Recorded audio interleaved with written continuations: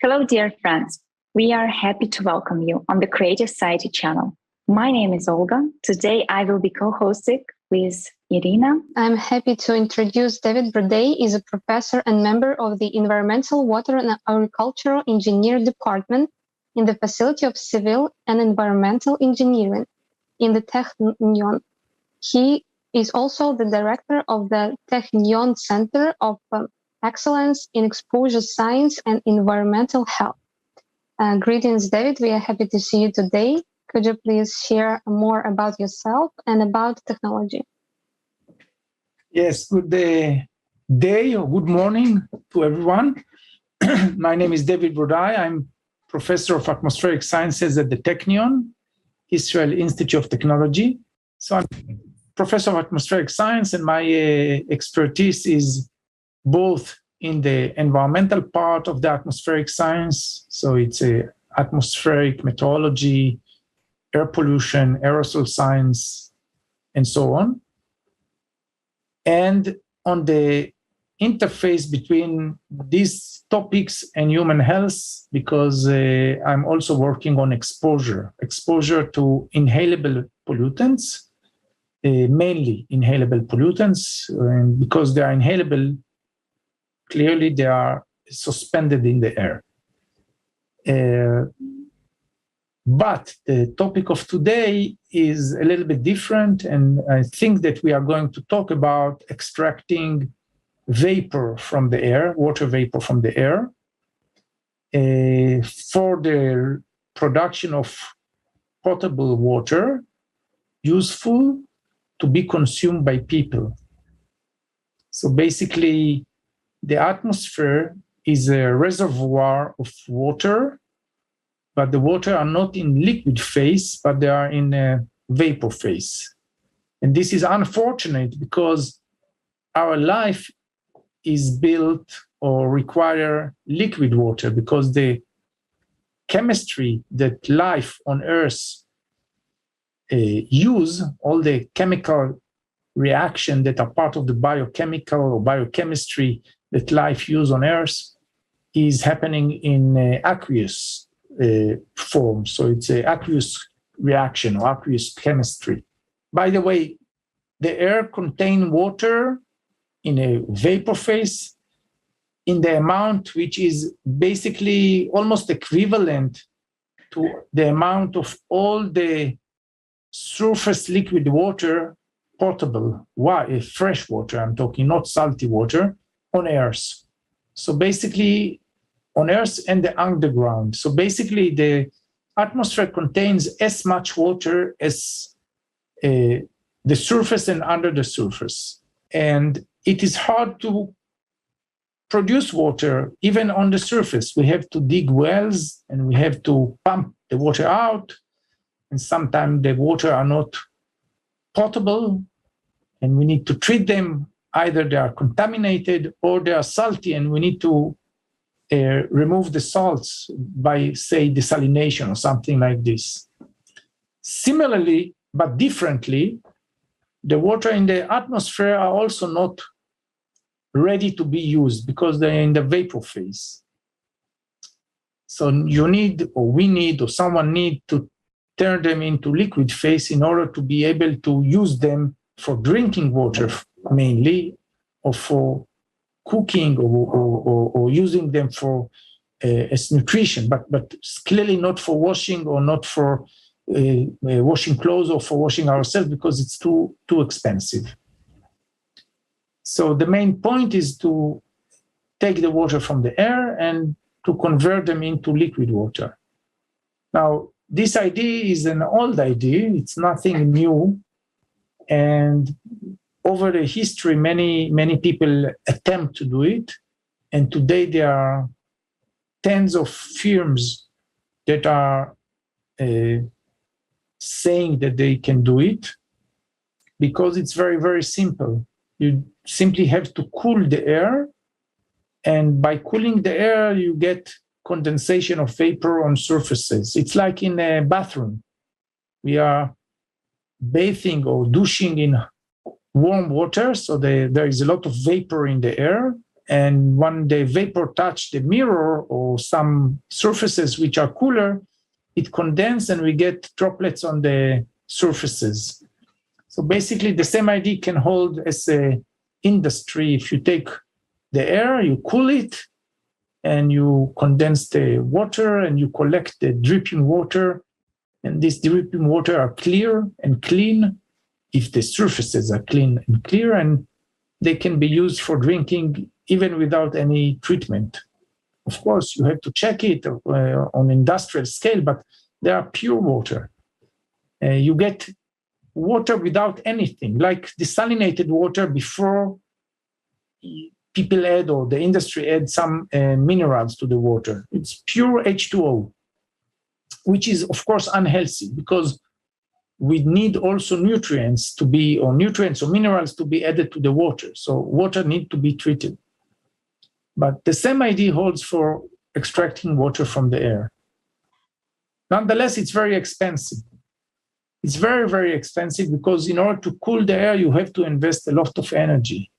And because of this, up to now, it did not catch nowhere across the globe. It's simply too expensive. There are other solutions, other technological solutions, which are much cheaper with respect to energy. For example, desalination. Desalination is cheaper energy-wise. So wherever one can desalinate, wherever there is no water, no surface water, and wherever the water that are in the underground are not clean, or they are in very large depth that it is inefficient to extract them from the layer which are very, very deep in the ground. And therefore, of course, there are populations, there are people that require water. There need to be another solution for water. So as long as you cannot use well water or spring water, we need to have solutions. So one of the solutions is to get the water from another place. So in the mountains or somewhere else, and to convey the water to where you need it. But conveying water is also very expensive. You need to bypass friction, you need to bypass topographical barriers, and you need to maintain the piping and the pumping infrastructure. So if it is for short distances, it's probably the best solution. Even if you don't have water, just bring the water from somewhere else.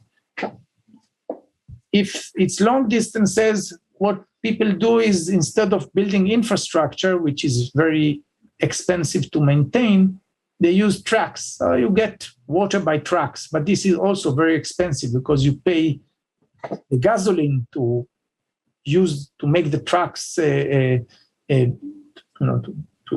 enable the trucks to get the water from place to place. It turned out that in scarce places where water are scarce, and if the places are near the ocean or near a very large stable body of water, which is not potable, which cannot be used directly, you can desalinate the water. You can desalinate both salty water, brine water, or even polluted water. And even sewage we can desalinate, because we can just take the water out of it, and after passing it some process, it can be used again, reused. So desalination is technology and it's expensive, but it is possible. It turned out that nowadays it's catching in many, many places, because it is, although it's expensive, it's still not too expensive to some communities, to some people, to some countries to pay for the water, especially if they don't have any other solution and they want to live. Without water, people cannot live. The problem with desalination is that it is useful as big source of water production. So you need to build a big industry which need a lot of energy, that is electricity, to run it. And it does not fit small communities.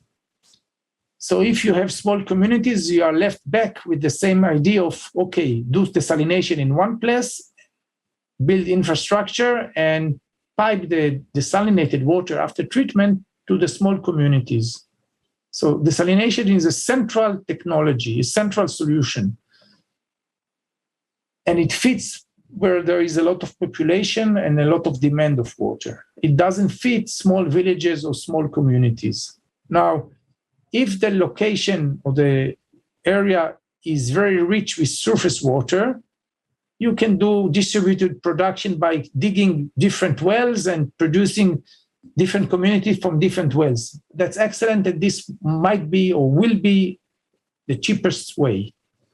But if there is a scarcity of water, especially in this area of climate change, and we know that climate change affects different locations differently, but a lot of people across the world, and mainly the people that are living even today in more harsh life or hard life, they are more vulnerable and they are more sensitive to climate change. And in this location, climate change have mostly one effect: decreasing the availability of surface water and decreasing the accessibility to surface water. So for them, distributed water production will not come from availability of surface water. It may come from another source of water, and the source is the atmosphere. So atmosphere does not have boundaries. Atmosphere is relatively very homogeneous. It's unlike surface. When you have river, you don't have river. You have swamp, you don't have swamp.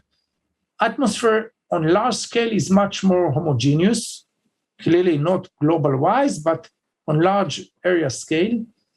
And therefore, there is more equality, I would say, and uniformity. And there is no political boundaries. So if you have one country, probably across the border with the other country, you will get very similar conditions many times, not always. It really depends on geography. And therefore, the atmosphere provides an opportunity for extracting water and providing people with potable water, causing them or enabling them to stay where they are rather than to leave the places where they live and go to the city and become a blue-collar labor that earn less money because they are immigrants to the city, and and therefore they will start from bottom of the pyramid doing the hard work and the less paying work compared to other subgroups.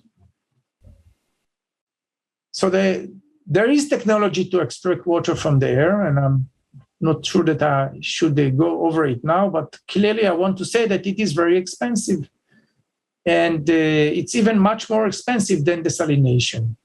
So the question of whether we can turn this noble idea into practical technology is not solved yet, because it most probably that the people that need this solution would not be able to pay for it. It is the rich communities that will need to pay for it, although it is serving the poor communities. Thank you, David. If you can share this information, could you tell us how much water your technology can produce daily, for example, and also how portable your equipment, machines, which we are using for this kind of technology? How portable, I mean, if they can be built, for example, in one place, and in one day, if, I don't know, climate comes or any conflict on that area, can we just grab it and move it to some other territory? So building a distributed system of water production means that each unit is very small. This is the idea behind distributed system. So our idea is to build something the size of a sea container. Sea container is about 20 feet, the small one, and 40 feet, the large one. So let's talk about the 20 feet sea container. Sea container is something which is very common, and we can build in. We have a initial design, preliminary design.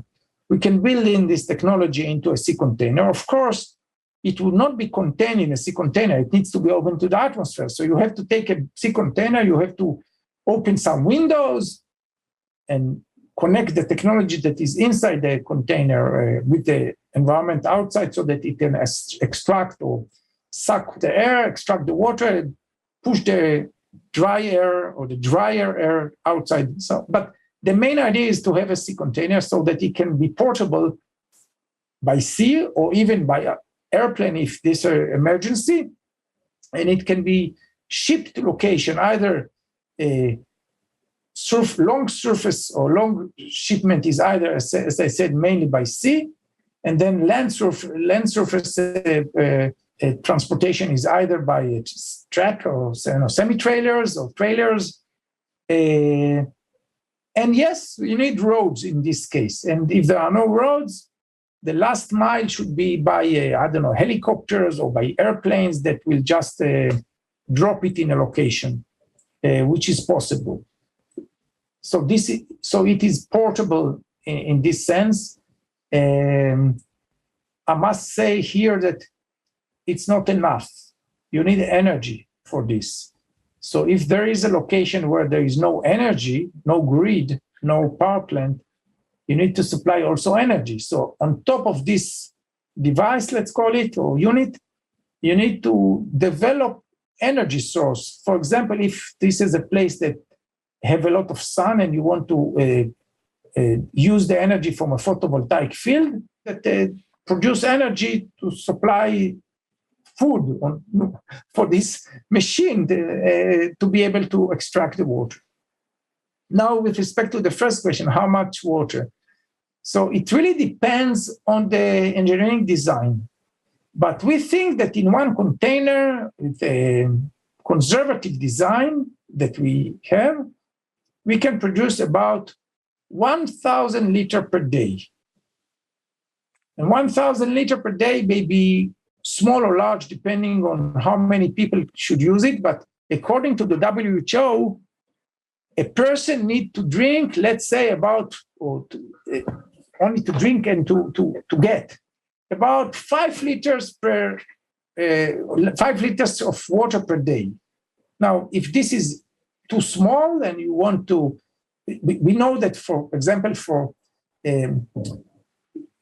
poor communities, they use less water than developed communities. Probably you and me use much more than 5 liters per day, either as wine, as soft drinks, or as water. So maybe we use 10 liters per day for drinking, or 20 liters per day. But 1,000, if the machine or the device can produce 1,000 liters per day, it means that somewhere between 200 people that use 5 liters per day, so 1,000 divided by 5, 200, between 200 and maybe 50 people can use this device to get water. And if it's not enough because the community is larger, it's small trailer, so small container. So you build another container somewhere. So you need 2 units and they can supply twice the amount of water, of course, or supply to twice the amount of population. So basically the amount that one unit can supply as of now is limited, but the unit does not need much space. It's one container. And if you build a photovoltaic field, normally you can increase it a little bit and it can supply energy for more than one unit. And the luckiest thing is that people or communities that actually needs this solution, that suffer from water scarcity and are very far away from the grid and very far away from the main infrastructure and very far away from the sea, they cannot use desalination. these communities normally have enough free surface to have both the container and a photovoltaic field if they are in location where there is enough sun, or wind turbines if they are in location where there are enough wind. So there is some balance.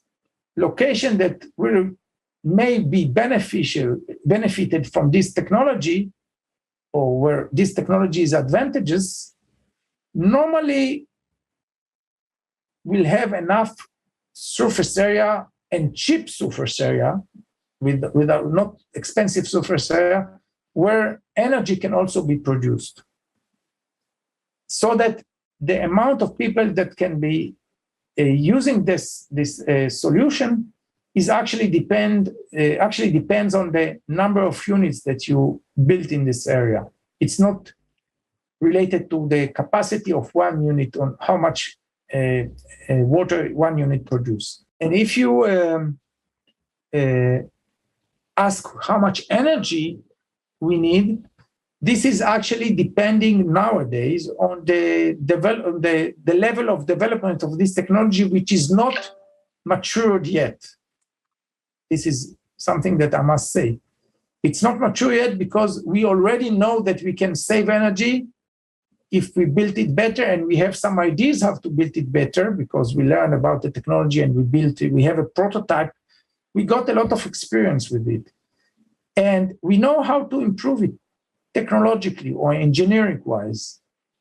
And we need to invest the money in this, which is also a problem. Money is also a problem here. But basically, as of now, it's very expensive. It requires about 0.7 kilowatt hour, which is energy unit. So it requires about 0.7 kilowatt hour per 1 liter. The good thing about it is that you don't need to pay for the kilowatt hour from the grid if you don't have a grid. Once you installed photovoltaic field, you get the energy for free just because the sun is shining. So the economically wise, it's a little bit different than what we are used to. Normally, we use to pay for service. We pay not because of somebody built power plant. We pay for the electricity using a counter of electricity or a counter of how much electricity we use, and we pay for service or use. And this is true for electricity, and this is true for water. We pay for water according to what the counter or the unit, the measuring unit shows us. Here it is a different economy. You pay for the installation of the device to produce water, and you pay for the installation of the energy, which let's say is a photovoltaic field. But once somebody, not you, but once somebody paid for the infrastructure, here distributed infrastructure, 1 unit for water, 1 unit, whatever you call it, for energy, you don't need to pay anymore because the water is coming from renewable free source, which is the atmosphere, and energy is coming from a renewable new source, which is, let's say, solar or wind or something like this. So you pay only for the infrastructure, and later, if you are careful, and this technology almost do not need any maintenance, almost do not need any maintenance. So maintenance is relatively cheap. So later you get it, quote unquote, for free because you paid for the infrastructure. So it's completely different way of looking at it. I hope that I made myself clear. Thank you so much for sharing. And I would like to ask you, what could make this technology cheaper? For example, you said that a huge amount of energy is spent on cooling the atmosphere. And if there would be such energy, alternative source of energy, which could be much cheaper and efficient than those technologies for energy that we have right now, because we also, for the preparation of previous forum, we encountered many information that there are already technologies which are just not being implemented yet, and we could extract energy in more huge quantities and much cheaper. So would it make your technology more available and cheaper for everyone? And if not, what could help to spread this technology all over the world? So it's not a simple. It's a simple question, but not a simple answer. Clearly, there are technologies that produce water at cheaper price. I'm talking about cheaper in terms of energy, because the cost of energy is also different in many locations. I mean, some places energy is very expensive because you need to produce it in more expensive way than in other places. So not factoring in the cost of energy or the price of energy, even with respect to the energy, if the coin is the energetic coin, some location the production of water will require more energy, and some location will require less energy. Now, this is given to us, and we cannot control it. We can control it to some degree. If we save water, if we do not pollute water, and if we reuse water in many ways with minimum treatment. For example, you can think about it that domestic use of water produce a lot of wastewater, but relatively small amount of it is coming from the toilet. Most of it is coming from other types of use which are not polluting the water to great extent. And this water that is coming from washing machines or from showers or from bathing or from cleaning dishes in the kitchen, they are not useful for drinking, but with relatively cheap technology, you can reuse them for other aspects than drinking water. For example, you can use them for irrigation, for growing crops, for growing fruits, to a certain extent. And if you use this water for irrigation, actually you save potable water. You don't use it for irrigation, so you can use them for drinking water. So there are some cheap ways in which we can manage the water field, or water management can be done in a better way than it is done in many places. If this is not enough, one can go to desalination, which is cheaper. But again, for desalination, we need, unlike reuse of water that can be practically practiced everywhere if you use simple technologies, for desalination, you need to be lucky. Either you live near the sea or you don't live near the sea. There are some countries that have long shores, and there are some countries that have small shores, and there are some countries that don't have any shore at all, and they are inland. And if they don't have big lake of brine water, salty water, or whatever, which is stable and it's not dying or drying over the years, they are not able to use this kind of technology because they don't have the source. So there are different options to how to build the basket of water production or water supply to the population, to the people. And this is actually very local. I'm talking national-wise or country-wise, or at least governmental-wise if it's county-wise. It's something local, depending on what resources, natural resources there is in their area, or how much the population participate and is willing to accept reuse of water, not for drinking, but for other aspects of life. And at the very extreme end of this part of resource of drinking water, we have extracting water from the atmosphere until we find a technology which is cheaper, which is, I don't know of technology like this now. So until we find a cheaper technology, extracting water from the atmosphere is relatively on the high end of the energetic cost. And therefore, it should be left only for locations that where we don't have any other solution. Yes, thank you so much for sharing. And we know that the crisis, the lack of fresh water is global. And maybe you know how many people don't have access to clean and fresh water. I would say, if not hundreds of millions, that do not have access to potable and to safe water. It's not only accessibility to water, because some people do have access to water, but the water are not safe. So they are using, unfortunately, unsafe water. And so they are not dying of thirst, but they may be suffering from illness later at older age. So with respect to this, to how many people do not have accessibility to safe, clean water, it is clearly in the hundreds of millions across the world. It's not even tens, it's hundreds of millions of people, and it's not necessarily underdeveloped.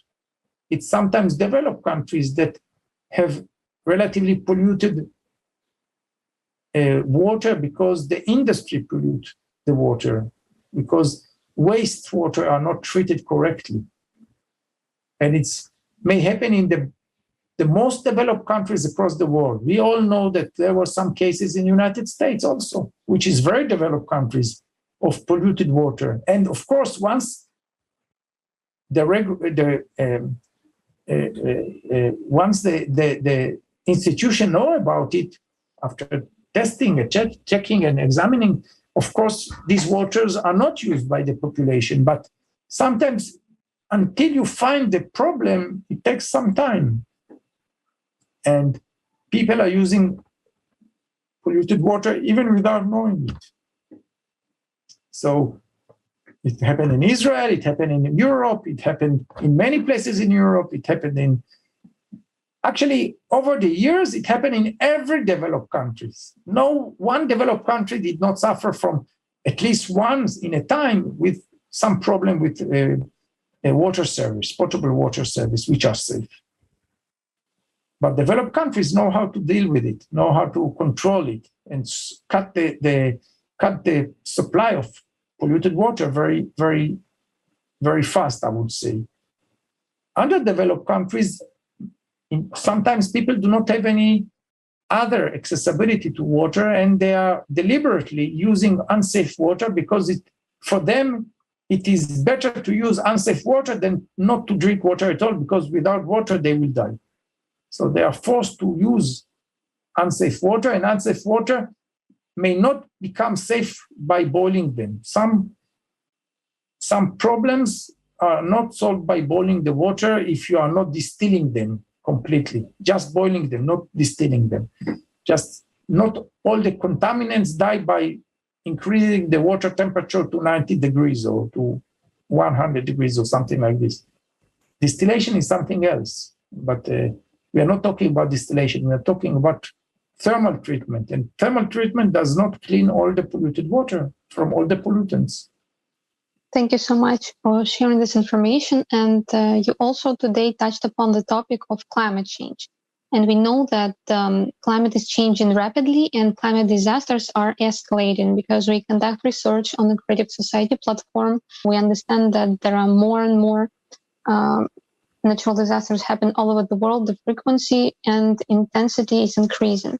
And how do you think, how important it is to resolve the issue of resources right now, while it's relatively calm in different countries? How important it is to resolve now before it's too late and before the disaster comes to our house, our place?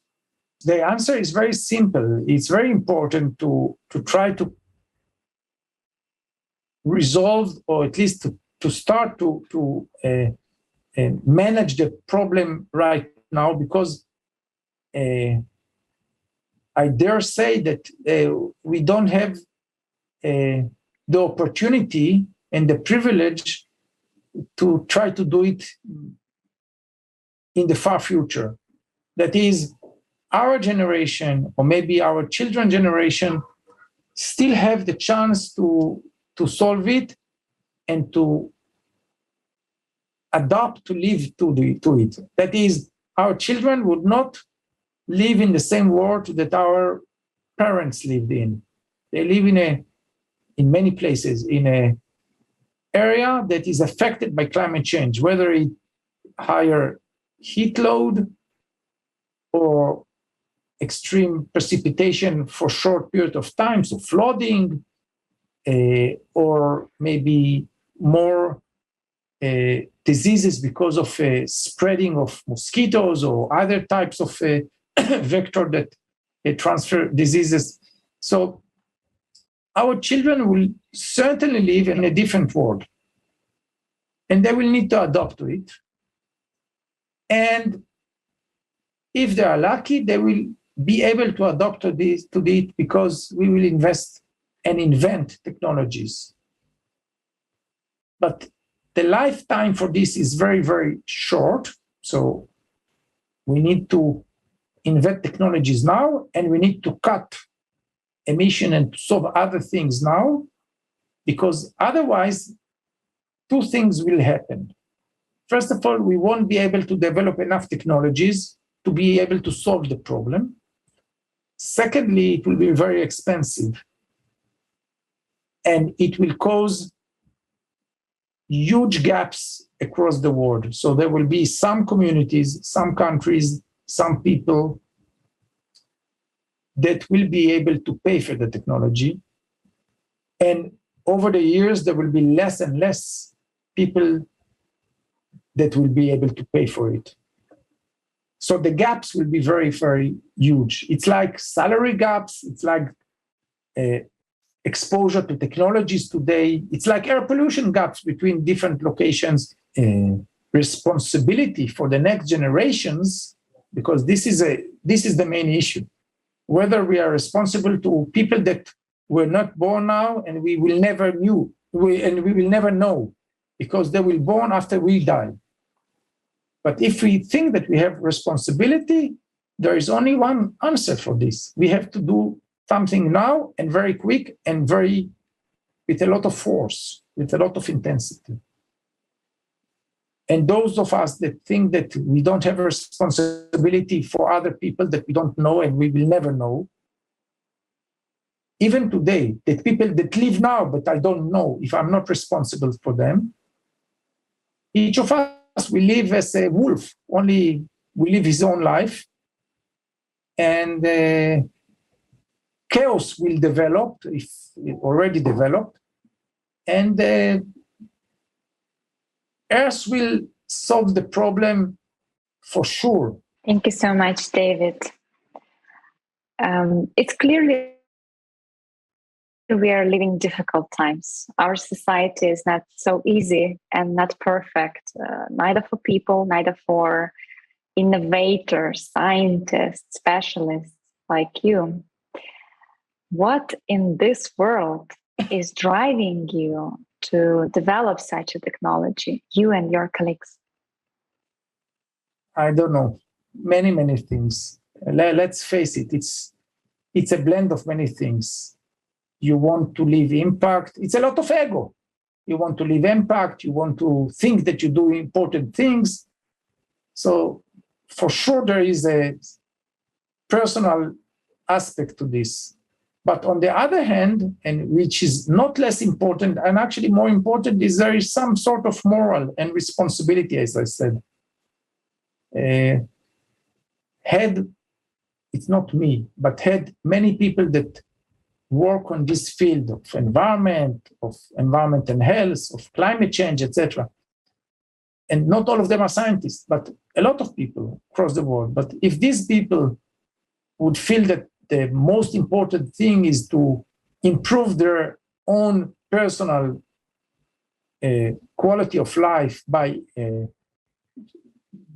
getting higher salaries, consuming more, whatever we consume, food, energy, clothing, whatever, tourism, if the only thing that will drive us is ourselves, each individual, there is a clear solution a clear answer for your question.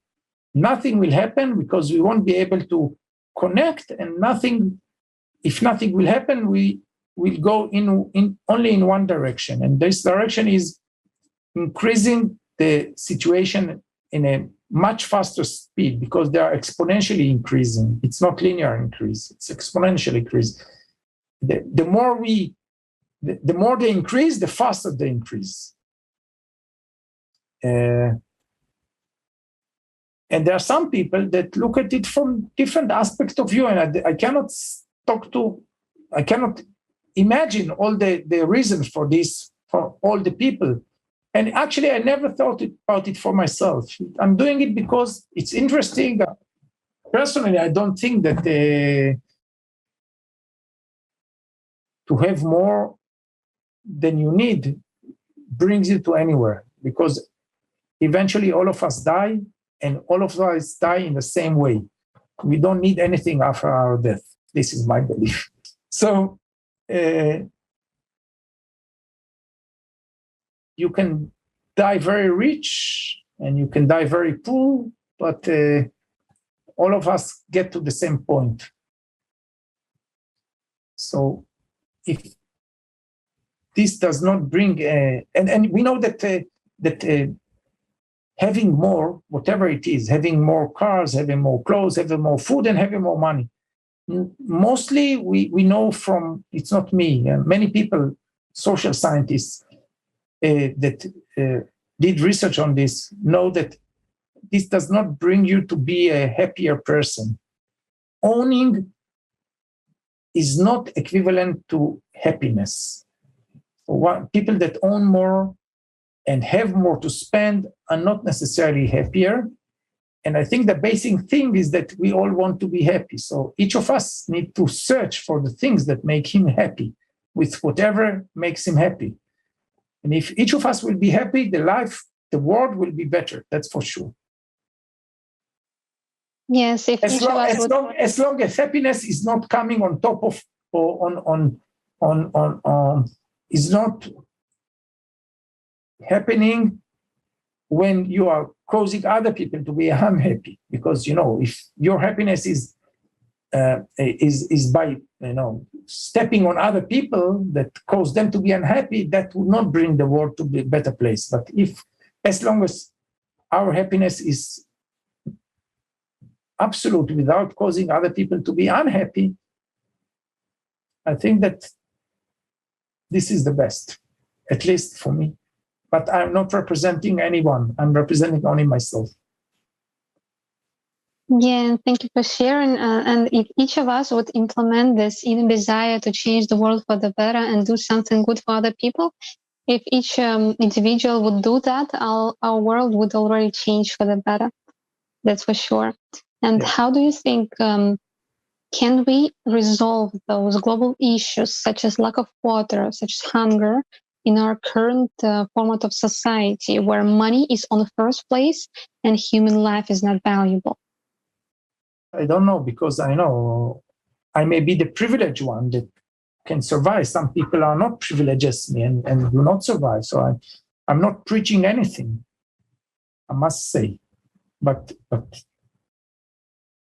as I said before, it starts from each of us, reducing consumption, etc., etc., etc. And it starts not only by doing personal things that go along this, let's call it reducing consumption, but with consumption I mean a lot of things, not only consumption of goods. And it goes to political power also, because we individually in many places, but not always, have the right to vote and to cast our vote and to say what we think. So at least in these locations or in these countries, in these political organizations, we are very important if we are sharing our thoughts and doing a change. Thank you so much, David. I liked so much things you were saying about responsibility. It starts from yourself, and you can answer only for yourself. About how we are all connected. I'm now recovering whole the interview in my head. How all countries, all people are united in different problematics, how one is getting out of another. And I think it's obvious at this point that to solve these problems we are facing now as humanity, we need whole potential of humanity too. We need to stand as one solid society. And as I said in the beginning of this interview, we are representing here Project Creative Society, which is this format of society, like an opposite to consumption, to consumerist format, where human is just a small detail of a big system, but in creative society, human life is the most valuable thing in the world. We now facing this cycle of climate disasters, of ecological crisis, of economical crisis, so many crises we are having, and we are having them not separately. You said correctly, yeah, there are more developed countries, less developed countries, but in front of climate, we are all the same. So I want to thank you for this interview. Thank you so much for your time, for investing your time into this, into progressing of humanity. I really hope that build creative society as soon as possible, and technologies like yours will be funded and will be published to everyone in the world. Maybe you have some words to our viewers just to finalize. It will sound like a madman, but I think the most important thing is peace for all. And peaceful life. I think it will be excellent if we will manage to have this for each of us. It will be great, and I hope that I'm sure that for this we need to solve a lot of problems, not only individual problems, but our community or our global problems. Maybe involvement also, a lot of involvement of people in processes. I'm talking about decision-making processes and as we said, voicing their voice or raising their voice so that they are heard. Thank you so much for sharing that. This is truly valuable. And as you said, all people want to live in a peaceful world. And we were taking interviews with thousands of people from all over the world. And everyone was sharing the same, that we all want to live in peace and have everything necessary for living. And the question arises, if all people want to live in such a world, why we still don't have it yet? And this is exactly was the reason why Creative Society project appeared, because this was desire of people themselves to live in a better world. And we understand that only ourselves, so we can change the world for the better. We don't need to wait for someone else to come and do it for us. And Creative Society platform is exactly a platform for unification, those people. And as you said, we need to raise our voice, and we do. We talking loud on the Creative Society platform about the issues we face and about the ways out and unification. And only together we can resolve those global problems. Thank you so much for being with us today. We invite everyone to find more information about Creative Society on our website. It's called creativesociety.com. And thank you so much, Olga. Thank you so much, David. Have a nice day. Thank you. Bye. Thank you.